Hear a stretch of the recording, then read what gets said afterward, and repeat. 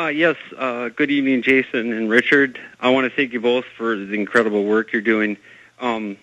Richard, are these the first 3 steel structures in world history to ever fail from fire? No, the fires have brought down some steel frame buildings, not high-rises, not fireproof steel frame buildings.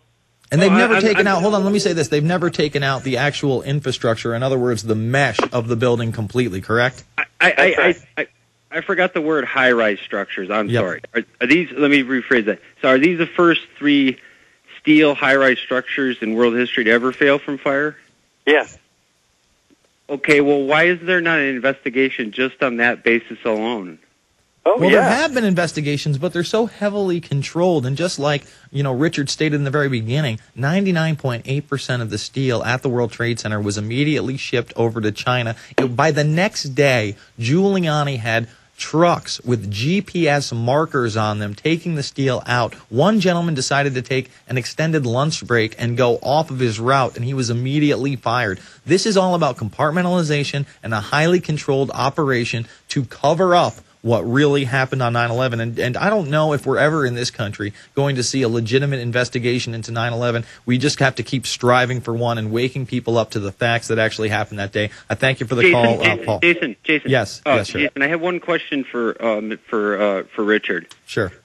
Richard, what do you think how much evidence is it going to take? What do you really think it needs to come to? What kind of point do we need to culminate on where this actually, the evidence is just what do you think is going to be our crescendo point?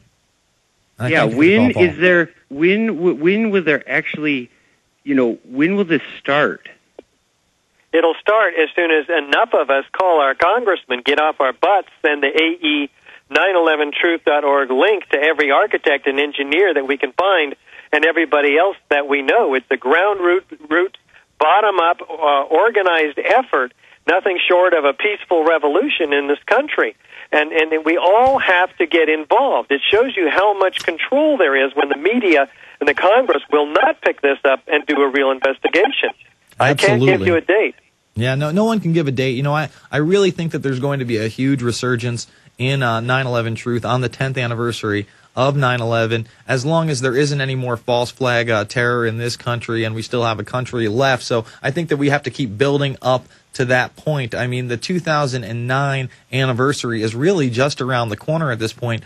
8 years later, we still do not have justice for the victims and really for the American people. We're the ones that are being exploited and raped here as well. We're the ones that are being sent over to the Middle East to kill brown people that had nothing to do with these attacks. We're the ones that have to deal with the Patriot Acts 1, 2, parts of 3, the Military Commissions Act, the fact that now Obama is declaring that there's going to be a cybersecurity czar and a new office, and we're going to have to regulate the internet. And, we talk about Hepting versus AT&T that came out in January in 2006 that admits that the telecommunication companies are tracking, tracing, and databasing everything you do on a computer and everything that you do on your cell phone. And that was just thrown out of court, appellate court, by the way.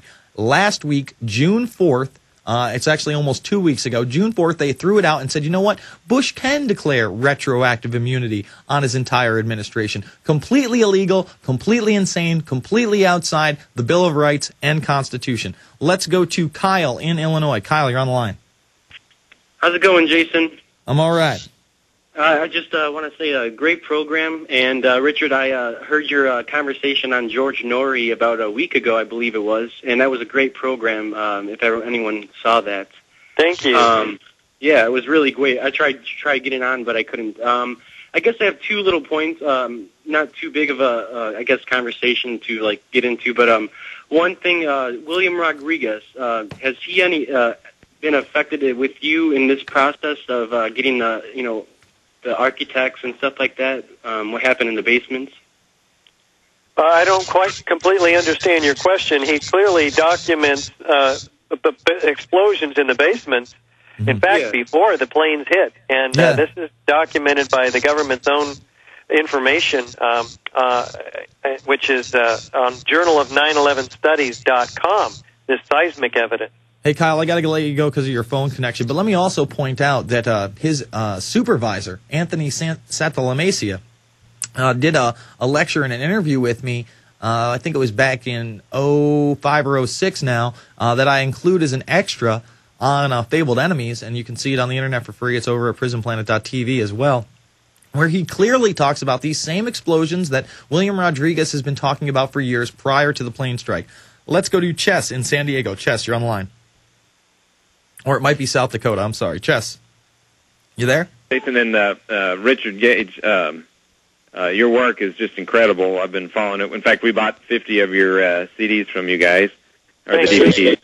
And really, I want to mention, if you look, I can't remember if it was Tower 1 or Tower 2, another piece of evidence, there's a chunk that comes off towards the top, and it kind of resembles the shape of a business card, and you can watch it as it's, flinging out.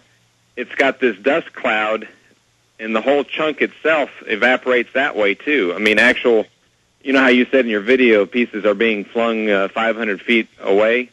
At 50 to 70 miles per hour, instant ejection out of the side of the Twin Towers. You still there, Chess? I guess we dropped him. David in Minnesota. David, you're on the line. Yes, David. Hi, Jason. Hey. It's actually from Michigan, but no big deal. Sorry, buddy. A comment and a question for Richard Gage. One thing that I always heard as kind of a detriment to the controlled demolition hypothesis was that there were no explosions. As far as Building 7, there wasn't the traditional bang, bang, bang from controlled demolition. And I just saw a video on YouTube.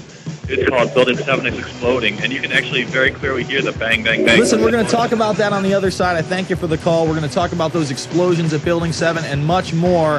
Final segment with Richard Gage of AE911truth.org back after these messages.